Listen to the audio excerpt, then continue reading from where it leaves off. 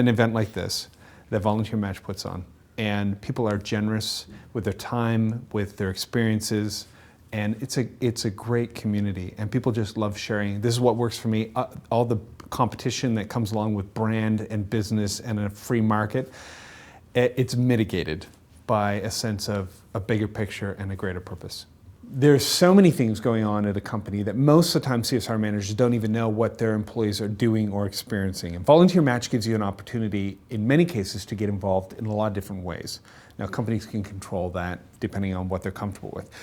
But you still have so many stories happening, and Volunteer Match enables you to kind of gather those and collect those in an intelligible way and then actually make them available so people know what's happening.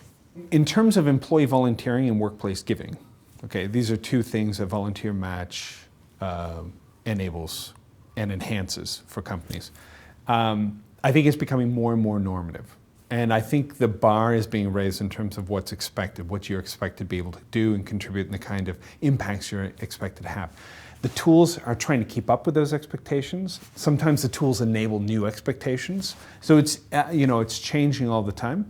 And it's fun to keep up with it, or try to keep up with it and see what's going on. So conferences like this are very important because you can show up and you can get a fire hose of information one day, and then you take that back to your office and you say, what does it all mean?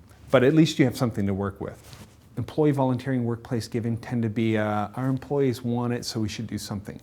And so they assign 1.5 people to it, if you're lucky, and very little budget. And I think most managers at most companies that are charged with employee volunteering would say, the job's too big, I'm under-resourced, the expectations are too high. And the impact, the potential that we could realize together remains unrealized in a way that makes me lose sleep at night. And I don't know what to do about it. And I think what will happen over the next 3 to 5 years is that a stronger business case will be made for it, more empirical evidence will be available for it. We'll draw in other disciplines from other fields to support the work that we're doing in these areas. And it will become more normative,